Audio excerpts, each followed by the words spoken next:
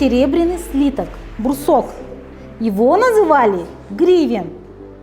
Допустим, когда вы покупали товар, а товар стоил дешевле, чем этот слиток серебряный, его рубили на несколько частей. Как называли вот эту вот отрубленную часть?